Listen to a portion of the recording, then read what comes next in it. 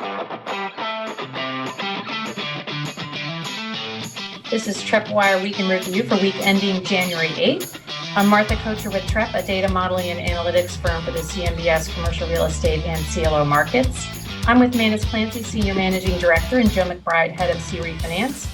This week, the focus turned largely to politics as Biden's certified victory was preceded by chaos and unrest at the Capitol, and Georgia's runoff election went to Democrats, which shifts the power balance in the Senate.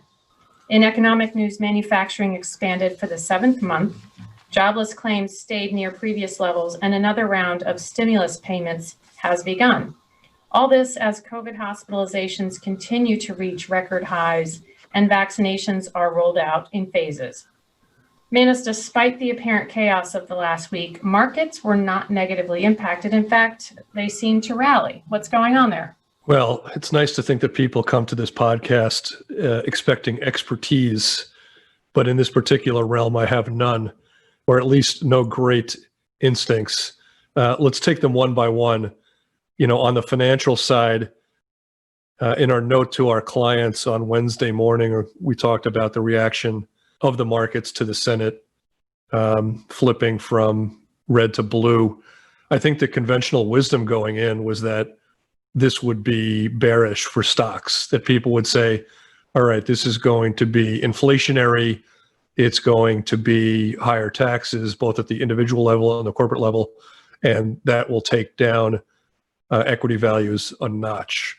Instead, what we saw was a huge rally Wednesday, a pretty big rally, especially among tech stocks on Thursday. And so it seems like the whetting of the appetite, or the animal spirits, as market watchers like to say, really took off as people started to think that $2,000 per person stimulus check is right around the corner. And that seems to be canceling everything out at the moment. But at the same time, what we did see was a 15 basis point uptick on the 10-year Treasury. So it went from 93 basis points to 1.08% in a couple of days, which is up from about 50 basis points a couple of months ago. And there is a tipping point at which point people get very concerned. Is that 1.25%, 1.5%, 2% for the 10-year Treasury? At some point, that becomes detrimental to stocks. But right now, despite what I thought and what many market watchers thought prior to the election, everybody right now is all in. And even the unrest in Washington on Wednesday didn't really do a lot to dampen anybody's enthusiasm for stocks. And to me, that's a source of concern. That feels like 1999 exuberance for Fog Dog or other e-commerce stocks, or 2007 when we were doing pro forma lending. So include me among the skeptics. Wow. Glass half empty. First time in a while we've heard that from you. I mean, here's the thing. Was anybody surprised that the market is disconnected from what's going on the ground? I mean, that's been the case for the last year, or I guess for the last 9-10 months. It's also been the case before that. I think, the market is on steroids, right? So we've got epically cheap money from the Federal Reserve and an implicit backstop from them. And now an even more explicit backstop from a now Democrat Congress, right? So, whether that's good or bad I don't think it's good for the long term in terms of all the stimulus and all the cheap money. And, eventually we're going to have inflation, like real inflation.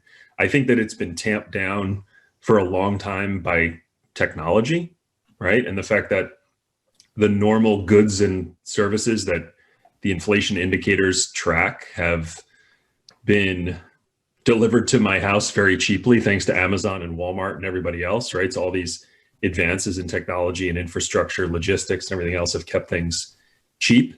But if you just keep printing money and printing, I mean, eventually they're going to raise the price of a gallon of milk, right?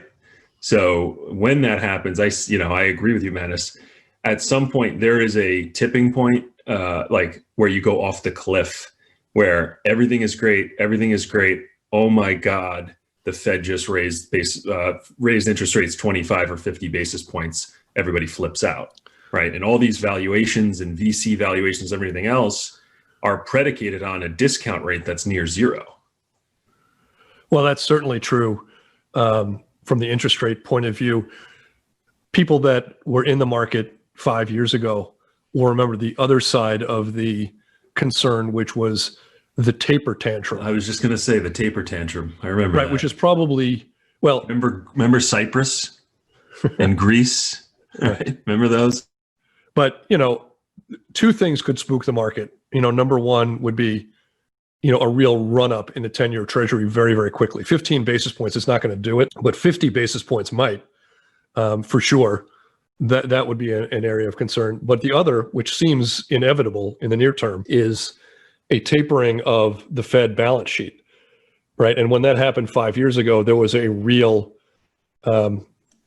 freak out in the market, right? We saw a big sell-off at that point. And the Fed, we know that they can't go on forever, but they've also indicated at various points over the last year that at some point this will happen. And when it does, that may be the trigger.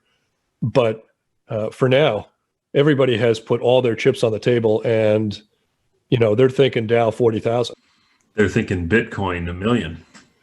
The other thing this week that was really shocking to me, one was the reaction of the market to the elections in Georgia, but the other was the reaction of the markets to the unrest. In past days, this would have been really, really upsetting to people, and it was really amazing to see everybody shrug off the images we saw Wednesday at the Capitol. It's like, not only are we having in two different worlds between those suffering from the pandemic and those in the markets, but it's a big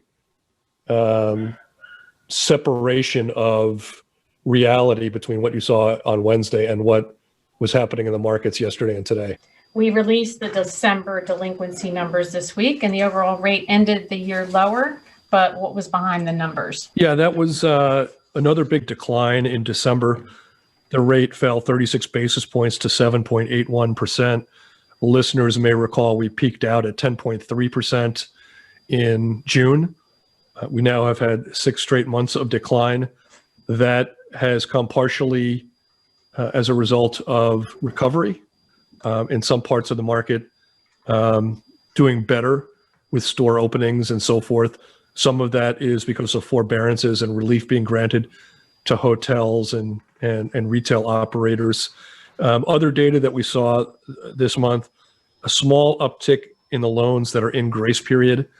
That can be a tell as to loans that are going to be becoming delinquent in the subsequent months. That ticked up about 15 basis points this month, not a whole lot, but it could foretell a move higher in the delinquency number in January. Still too early to tell. If that were to happen, would anybody be surprised?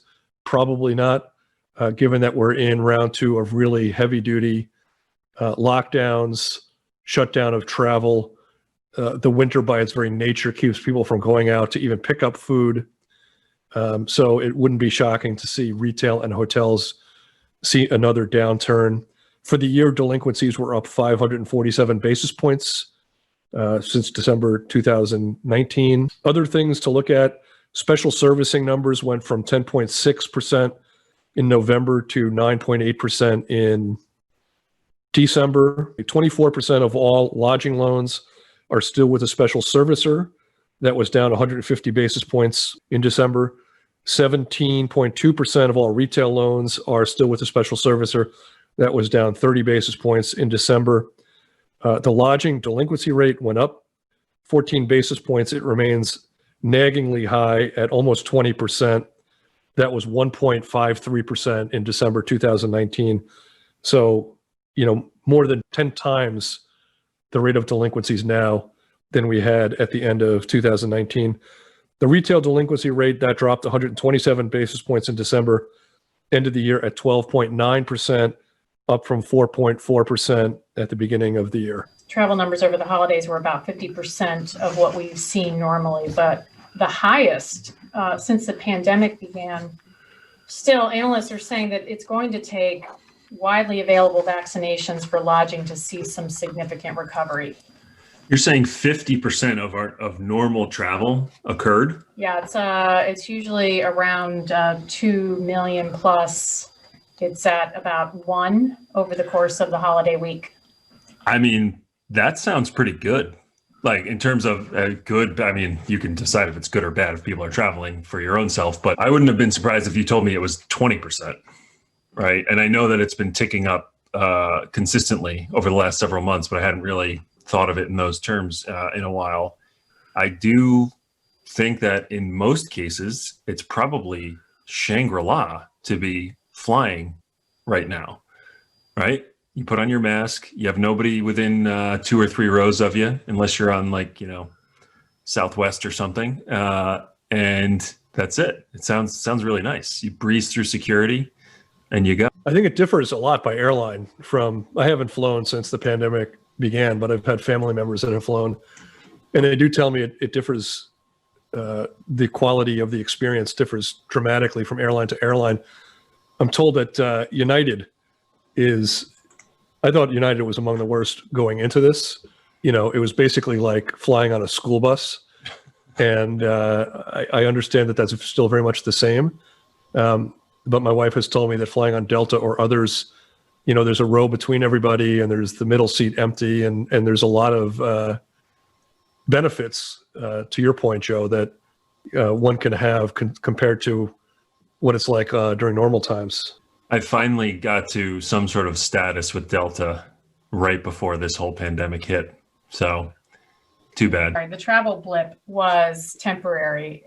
After about January 6th, everybody stopped traveling again. So it's short-lived and not much benefit. My most amazing flight experience when I talk about being on a school bus in the air came during the 1980s. I was on a shuttle trip from New York to Boston, and at the time, NBA teams traveled in coach, and I watched as the entire Portland Trail Blazers team folded their way into coach seats on the Eastern Shuttle.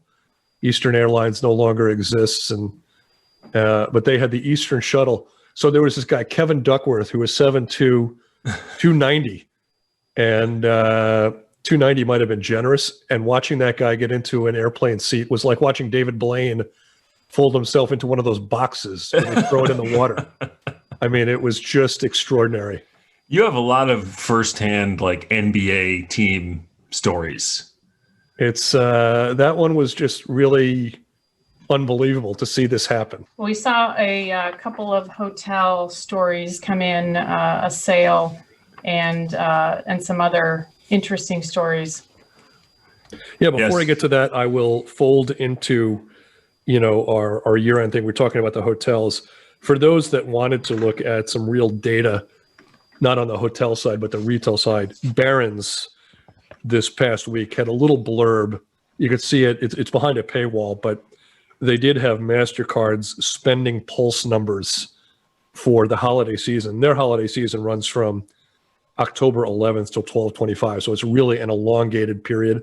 It's not, the post-Thanksgiving Day period, but it does give you a sense of how dramatic the fall off was during the fourth quarter. I consider the fourth quarter, for the most part, the second wave of the pandemic didn't really kick in until around December 1st. People weren't getting that concerned until about that time. So if you're saying mid-October till November 1st, you really had a month and a half of real ability to go to malls and shop in person. The numbers that they show, apparel, destinations, in-store visits down 20% during that 2.5 month window. E-commerce for apparel up 15%. Department stores down about 12%. E-commerce up 3%. So even though these e-commerce sites for major retailers, department store owners are making progress, it's not nearly enough to offset the losses at the bricks and mortar level. Luxury, so that would include jewelry and other high-end items, down 20% at bricks and mortar locations. So for those that really want to scratch beneath the surface, a little bit of stuff there. And with that, we can move on to hotels. Well, just quickly think about I was just thinking about the luxury, and there are a lot of luxury brands who are still doing okay, but I'm not thinking about jewelry. I'm thinking about kind of apparel. But, why would anyone want, nice earrings or a nice watch or a nice necklace or anything when you're sitting at home in your pajamas every single day? I mean, Right. it makes sense. Why wear $200 jeans on a Zoom call when you could just tell people you're wearing $200 or some of that really nice perfume, that men's cologne that goes for, $400 an ounce. You could just tell them you're wearing that. People are buying stretch pants right now, I assure you. That's right. I went with the Old Navy stretch pants for my wife. If we weren't in pandemic times, I would have splurged for the Lululemon. I went with the Oh Do Da Day. All right, hotel stories. So there was one story today, actually, in Commercial Observer that everyone should go check out. I think it was Pink Polo Shorts on Twitter. It wasn't Donut Shorts. It was Pink Polo Shorts, who's a good follow. He does a lot of commercial real estate stuff, especially CMBS stuff. He had linked to this. And the general story, and I'm probably not getting the details exactly right, but Newmark, Jordan Rushlab, Dustin Stolley, Adam Etra, Miles Spencer, Larry Wolf. They're kind of the names you see on the big loan sale deals, especially in the New York area.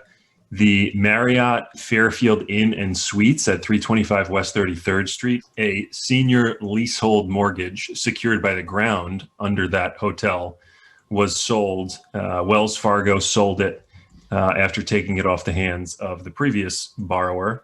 And they sold it to Magna Hospitality, who apparently was pretty effective after the last downturn in taking advantage of kind of distressed opportunities. So it gives a mark of a $57.4 million to buy a $51 million senior loan. Now there was mezz debt on there as well, so the capital stack was bigger than 51 million. But give that one a read. It gives you a little bit of a mark in the kind of midtown area for where debt is trading, and where this one's a little bit more confusing because it's on the leasehold, it's on the ground, not necessarily on the fee simple. But it was an interesting story, so go check that out. The one that I have, normally I would save this for the deals of the week, but we'll throw it into our hospitality segment. But we do love these types of stories. The story where you see a hotel getting sold is just terrific. But we had one from Hersha Hospitality, which is a publicly traded REIT, sold the 245-room Courtyard San Diego downtown for $64.5 million, which was about $5 million over book, which is, terrific to see something like that get done. That, they're not selling something at a huge discount. That equated to $263,000 per room. To put this in kind of on a historical basis, in 2007, this hotel was valued at $68 million, really at the very peak of the pre-Great Financial Crisis hysteria. It fell to a value of $42 million in 2010. The loan that it backed was later resolved, but out of the wreckage in 2010, we saw this thing at $42 million.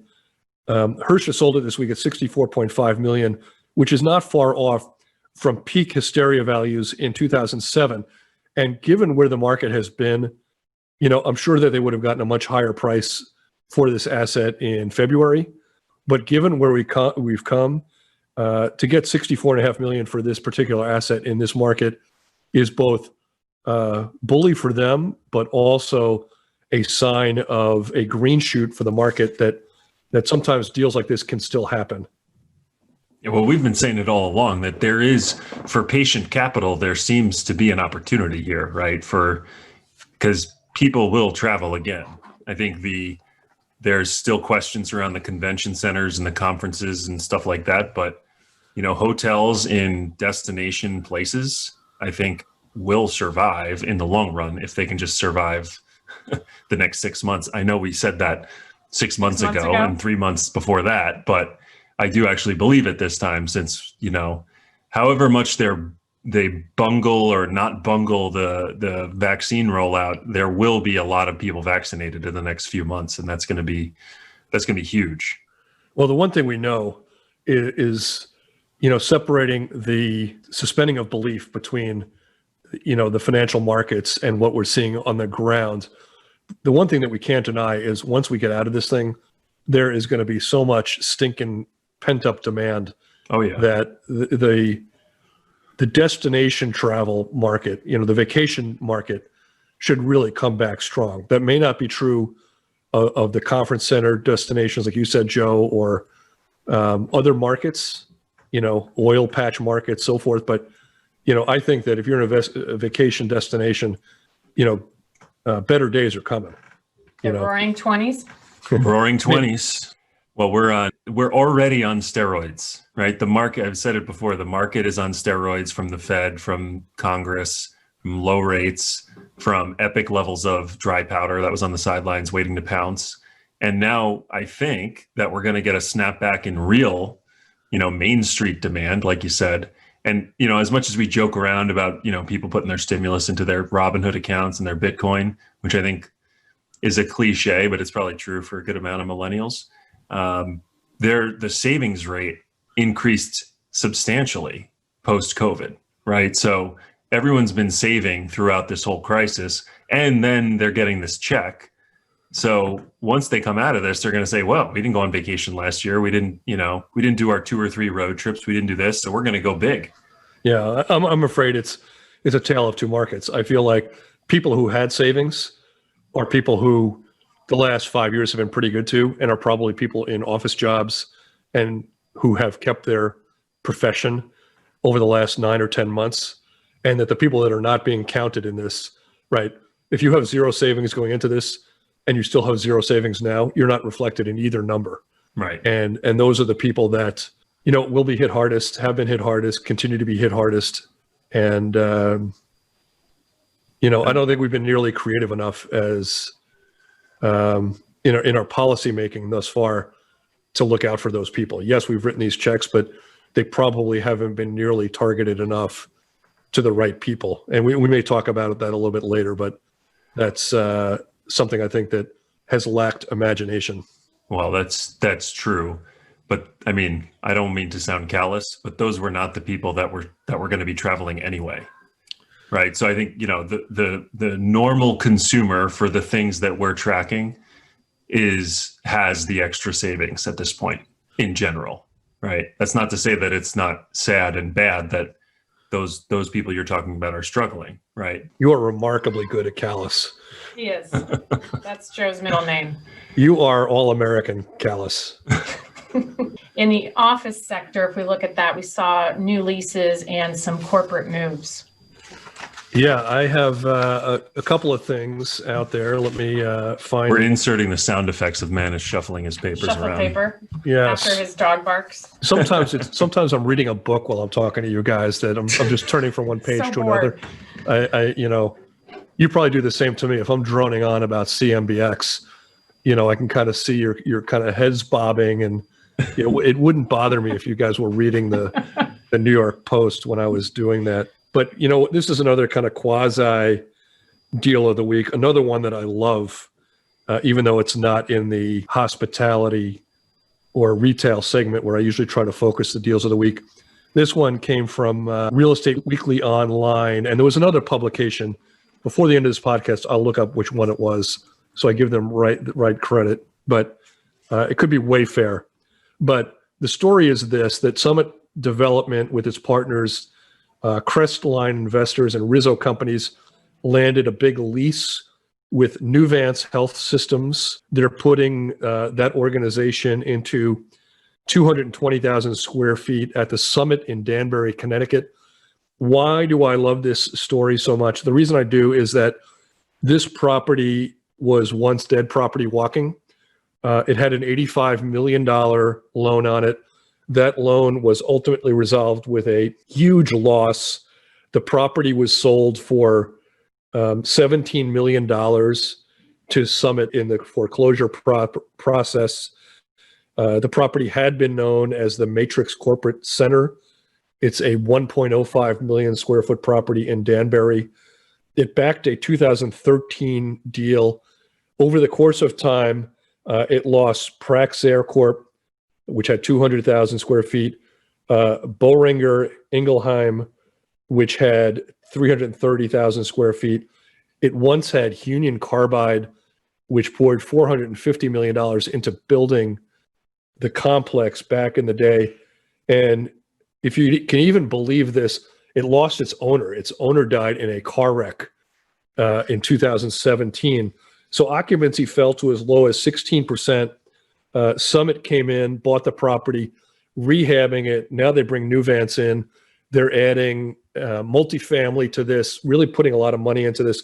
So it's great to see something like this coming back in the Northeast and people taking a chance on something and keeping their foot on the gas even during the pandemic. As far as the Nuvance lease goes, they were represented, or the lease was brokered by CBRE, Jerry Leeds, Maureen O'Boyle, Jim Fagan, Brian Scruton, Adam Klemick, and Kathleen Fazio worked on that deal.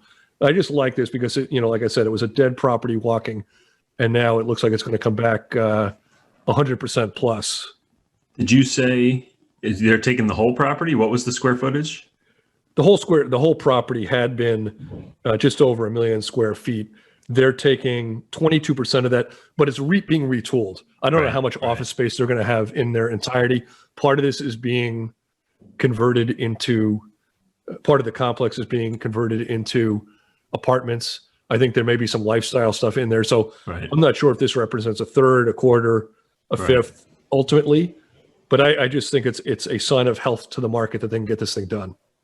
Well, and it shows you that, there are deals to be made and there's lots of money to be made, right? If you're smart and you can operate effectively and be creative. It makes me think it's Danbury. I'm thinking of like that Connecticut Red Line train line, Stamford, Hartford, those types of cities or small cities. You wonder, Stamford got hammered because of the flood the flight to Manhattan, right? All the millennials wanted to move and live in Manhattan. So, UBS shut down up there and other companies were shutting down and the markets were struggling. I wonder if the reverse may happen where, we've been talking about this hub and spoke and the satellite office type concept. I wonder if those, there's a renewed sense of optimism for those, assuming that the office market itself is not, headed towards a cyclical downturn, Yeah, my gut tells me that if we're going to see companies uproot themselves, they're not going to high tax states, right? Well, I don't think they're going from Manhattan to Stamford, which also got really hard hit during the downturn, or New York to Danbury. In the case of Nuvance had a presence in Putnam County, New York, right? So they're kind of local to the area, right? They're just moving to new space that their employees can still commute to. I think as we've seen with Goldman and Deutsche Bank and Colony Capital, at Los Angeles, if you're moving, I think if you're going to go to that expense of getting out of Manhattan or out of Los Angeles, you're going to go all in and you're going to Texas or you're going to Florida or South Carolina or somewhere else. I don't know. I agree with you, but you're talking about big investment shops and banks and stuff who can uproot people and pay them to move and or attract talent in new places. But that's like, those are the big companies, but the long tail of medium and small size companies, like they're not going to move. They're not going to be able to move out of state because half their employees are not going to want to move out of state. You know what I mean? So I do think there's that idea of like me, right? Like if I don't know anything about what Trepp will ever do, but like, I don't think Trepp would ever move to Miami or Florida or Texas or whatever. And I think that there's, thousands of companies just like us who don't have the wherewithal to uproot and change, go to a totally different region and be able to, keep their staff. Well, if the whole financial world ends up moving to South Florida, they might rethink that. True. if all the CMBS traders and issuers and everybody moves down there, we'll follow. But I don't think that's going to happen. But you can't forget that this was happening pre-COVID, right? We had seen Schwab moving from Florida to Texas. We had seen Alliance Bernstein move to Nashville, right? This is, at the other side of the coin is we saw BlackRock move from Midtown to Hudson Yards, right? So there's a lot going on, and different firms will take different tacks on this. But I think, the punchline for me is wherever they move, I just don't feel like it's Stamford, Connecticut, right? It's going to be somewhere warm with low taxes and pro-business regulations. Yeah. And enough people will move there where they will change those regulations, and then they'll move somewhere else 20 years from now. Right. And the office lease renewal for Samsung. This is, one of these places that if you're a Giants or a Jets fan and you travel from Westchester to MetLife Stadium, you've seen this building a million times. It's the Overpeck Corporate Center. If you're traveling south, you'll see it. It has the Samsung sign above it. The town is technically Ridgefield Park, but is part of many of those office parks that light up the Jersey Turnpike from the George Washington Bridge all the way to MetLife Park. In this particular case, Samsung has re-upped for 10 more years, taking about 50,000 square feet at 100 Challenger Road. So in their particular case, they're not seeing the work from home moving away anytime soon. The property is owned by the KABR group that renewed that lease. Dan Lessing, who's a principal at DSR, he represented KABR during this, and Paul March of Newmark represented Samsung in this particular deal. So good for both of them and good for Samsung for recommitting to the area. I think it was, I might be totally wrong on this, but I think it was Samsung that built that tower that's on the other side of the Hudson, right next to the George Washington Bridge. I think there's two of them, the two like very tall glass towers. Pretty cool view from there. So anyway, total non sequitur. That's your favorite thing. In retail, That's all I got. In retail, we saw more store closures and some repurposing of retail. The store closures was something, Manus, I know we talked about in our year end, where it's an expected course of action, unfortunately. Yeah, we do see this. This is the part of the year where people get past the holidays and they decide to throw in the towel. Chances are they decided they were going to do this 3 or 4 months ago, but they don't announce it till after the holidays, so people don't come into their stores looking for 80% off. What we saw this week was Bed Bath & Beyond closing another 50 stores or so. Several of those back CMBS loans. In many cases, they were the second or third largest tenant with 15 or 20% of the square footage and leases that end fairly soon. We did put out a research piece about that recently that talks about which ones are closing. Macy's was the other one, same type of story, 45 stores. Some have already closed. Some we had flagged as likely to close or would be closing through our Trepp wire alerts. Having parsed through special servicer notes, you were able to find out earlier than the formal announcement that these stores were closing. But there were some new ones in there, and we did publish a list. Lauren Thomas of CNBC was the one who broke the story first that 45 would be closing, and then she followed it up with a list of store closings. So we're grateful to her for her diligence getting that list out so we can save ourselves some time. Bed Bath & Beyond surprises me a little bit. You would have thought that would be one of the, maybe it's because they closed because they're not essential, but you would have thought that that's the type of store that would have, weathered this storm because everybody's buying stuff for their house at this point, right? But I see, anyway, I'm looking at the list on our website, on our product in the Spotlight list, and the Macy's closures, it's 13 loans, and a couple of them are actual portfolios of properties, but every one of them except for 2 has that little T next to it, right? Which on our product means it's in special servicing. So it's like, it's a bloodbath out there in retail. Yeah, I think if you take any list, you're going to see that many. Well, we started the podcast with our surprises, and I'll go back to another surprise that really kind of took me by storm this week. And that was that Family Video was closing 250 stores, which to me was, how in God's name does Family Video still have 250 stores? I mean, is this like a video rental store? Yeah, I'm assuming it is. Like, what else could it be? It's not a gym. I'm wondering if it's like like a Radio Shack type thing for Maybe like they've retooled video files or something.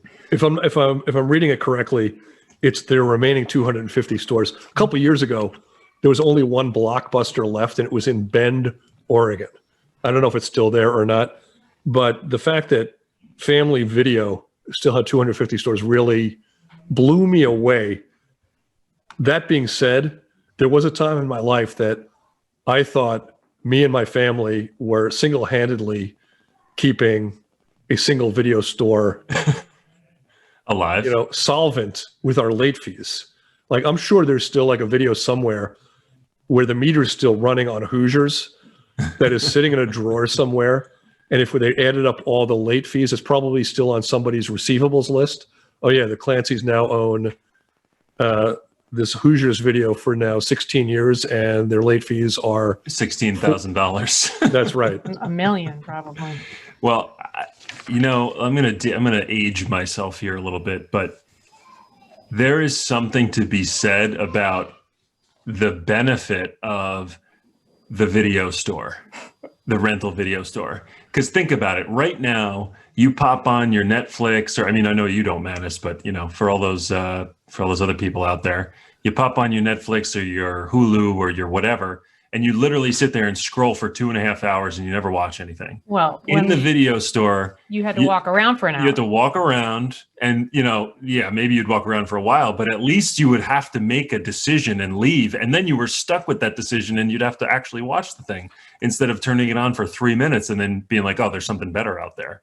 All right, so repurposing of retail, we saw a number of stories, and we've talked about this a number of times, but there were some specific stories that we saw this week.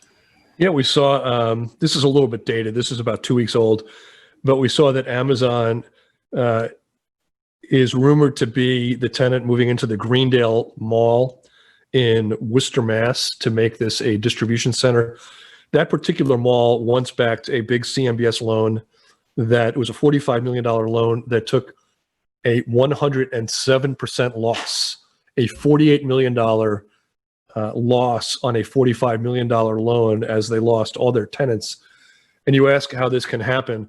How this happens is when the servicer or special servicer lets advances and whether they're P&I advances or tax advances or so forth, gets so far above the value of the property that you have a loss of more than 100% on the loan, and ultimately that has to come from somewhere. So the losses are paid back from other loans, interest payments. They ultimately accrue to the detriment of the first loss holder over time, as you're stealing from Peter to pay Paul.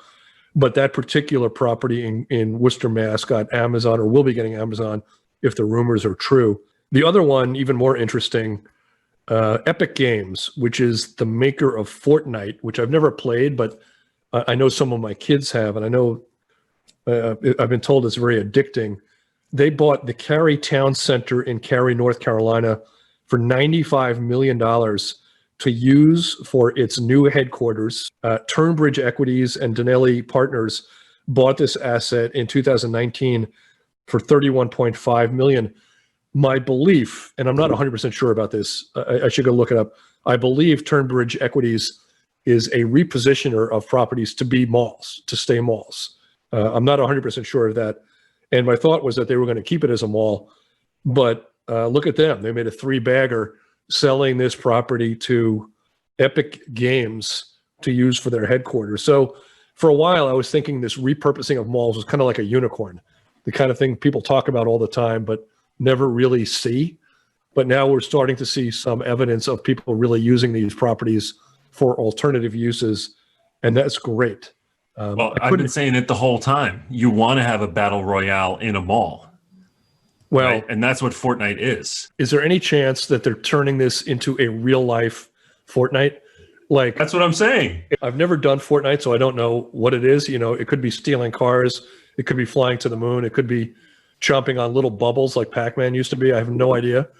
And we did see a story that, Joe, you looked at around agencies using Sears department stores for an interesting use. So they stole my idea, or maybe I stole theirs without knowing it. I was saying that Chuck E. Cheese should reposition once Chuck E. Cheese lost their plea to not make lease payments. They should have started using their stores as distribution centers for the vaccine. But it sounds like Sears beat them to the punch.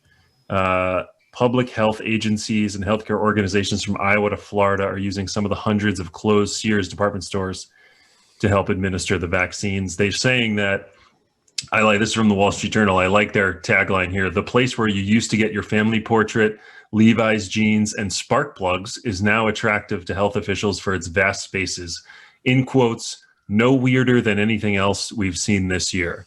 They say the big open spaces inside are amenable to, long lines and social distancing and all that type of stuff. So watch out, Cross County Mall.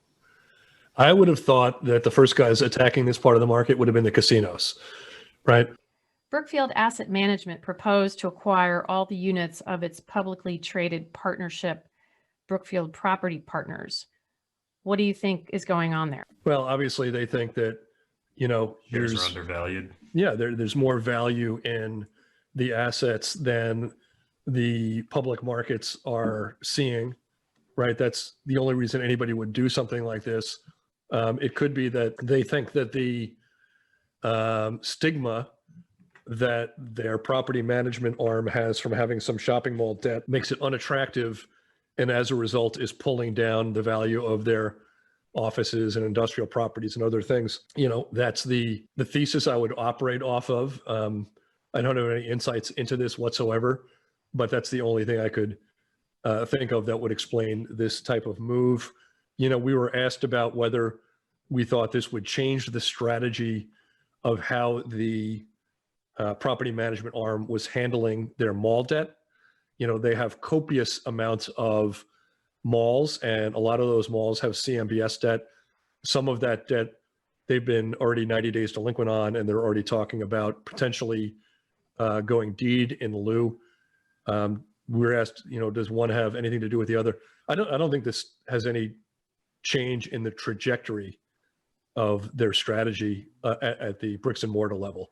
If they're ready to give up on a property, whomever the ultimate owner is, I don't think this changes whether it's the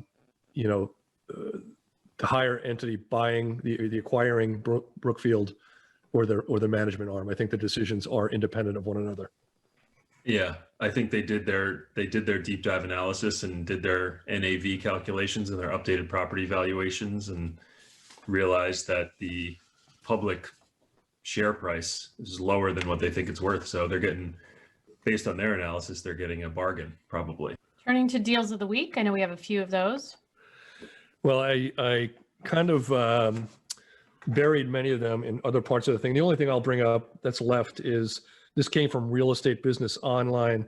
A grocery anchored property in High Point, North Carolina sold for $23.5 million as we see continued demand for grocery anchored assets. The property is a nearly 200,000 square foot asset in High Point, North Carolina. It's a High Point Teeter Center property. In addition to having a grocery store, it has a TJ Maxx, a Ross Dress for Less, and a Staples. Lori Schneider and Ben Yelm of Marcus and Millchap worked on that deal. So even though it was grocery anchored, it's always good to see a retail deal get done. So there was another story this week by Carol Ryan, Wall Street Journal, real estate's latest trophy assets are in short supply, talking about grocery stores. And this was, for whatever reason, this was focused on the UK more than anything. I think they were looking at Sainsbury, which is a UK grocer, which reported that their sales increased by 9.3% in the December to January timeframe, sending its shares higher. But anyway, the moral of the story here is that because of a change in accounting standards, IFRS, that's like GAAP over in Europe, the appeal of a grocery operator that owns their property, there used to be an appeal to sell your property and then lease it back, right, in a lease back transaction, because you could, get some money into your pocket to expand and then, pay the lease out off balance sheet. Now, because of this change in leasing accounting, you have to basically put these leases on your balance sheet as a liability. So it changes things. It changes the math. It increases your leverage ratios and things like that. So anyway, I think it's just worth looking into that. There's so much capital chasing these types of deals, and the grocers are not as incentivized to sell their property to potential property investors at this point. And I believe, I'm not an accountant, but I believe that there is a similar lease standard happening. It either happened recently or it's about to happen in the US. I've been getting emails nonstop from different people about, accounting standards update 2020, whatever the number is, where you're going to have to start treating these things as finance leases or put them on your balance sheet. So anyway, people want grocery stores. Shout outs of the week. We have a number of them. Lamont H., who reached out on YouTube and said so nice with some heart emojis. I don't think we've gotten heart emojis before. Brian B., who is interested in the 555 story, which we had an update on. This was the Mall of America, right? So the story was that the Mall of America is getting refinanced. It had been delinquent for several months, and I think the story was a little misleading, or one of the stories was misleading, in that it talked about it having been refinanced, and I don't believe it's been refinanced. It's been modified. Right. So the loan has been made current. So for those who thought that their bonds were going to get paid off, I don't think you should be holding your breath. I could be wrong, but that's my impression. It was modified. The loan is now current. The owners of the property brought all past payments due through December up to speed. They were granted relief in the form of the loan no longer has to amortize for the time being. People were asking us via our emails, number one, is this common? And it is fairly common. It's an easy form of relief for a special servicer to grant to a borrower, right? If they're making an amortization payment every single month, it's kind of easy to either turn it off in perpetuity or turn it off in part, for 12 months or 24 months to give the borrower more breathing room. So it's not uncommon. In this particular case, somebody was saying, does this make it so that there'll be a loss in the future? The answer is no. This doesn't mean that there's been principal forgiveness in any way. Sometimes there is as part of relief. This is not the case here. So when the loan is due down the road, assuming that there's no other relief granted and no, payment forgiveness or anything else, these payments will be due at balloon date. Right. So the bondholders at the top are not even this. Well, I guess if it's a modification, then they are missing out on that extra cash flow that they would have been getting.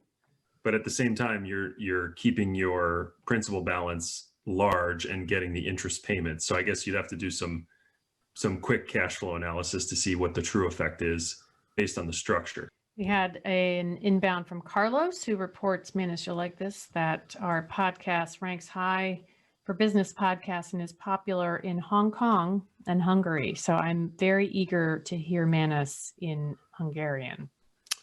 Yeah, we've been talking about potentially translating this into other languages. If some of our listeners in their audience think that other people in their listening radius would appreciate that in the Far East or Eastern Europe or other places, let us know, and maybe that will influence our choice, whether we do that or not.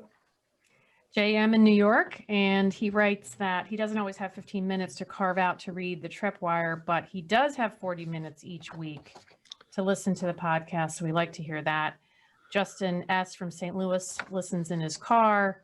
Jan, who's a repeat shout out with us, wants Manis to continue with his CMBX musings. He says, I can get my New York Jets or 90s movie references anywhere, but only Manis and Trepp can do the CMBX deep dive in understandable English. So well done, Manis.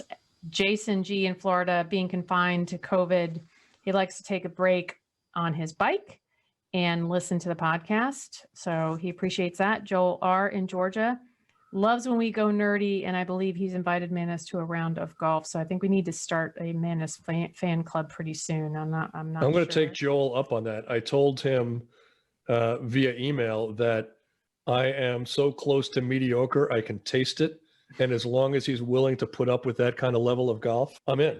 I think Joe corroborates that mediocrity. Yeah, I do make up for my less than mediocrity with the fact that I don't play slowly. So I don't make people endure a 4.5 hour round of golf. And Joe D., known as the Yankee Clipper, he wrote, we were required to watch Saturday Night Fever as a kid, and he was commenting on the stimulus payment. The checks in the new stimulus bill don't scratch the surface for those less fortunate who've been struggling to survive the past 9 months.